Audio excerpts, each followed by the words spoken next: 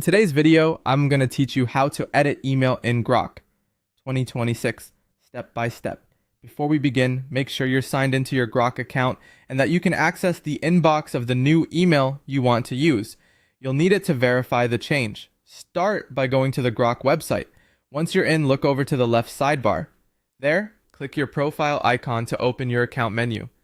From that menu, choose Settings. This is where you manage core preferences and account details. So it's the right place to update your contact information. Inside Settings, select the Account section. You'll see your profile information, including your name and your current email address. Next to that area, look for the option labeled Manage and click it. This takes you to the account portal where email and security details are handled. On the account portal, you should land on a page titled Your Account. Here, find the field that shows your current email. Right beside it, click Update Email. A form will appear asking for your new email address. Type in the new email carefully, making sure there are no typos. It helps to read it out loud once to confirm it's exactly what you want on the account. When you're confident the new email is correct, click Continue. Grok will send a one-time verification code to the new address you just entered.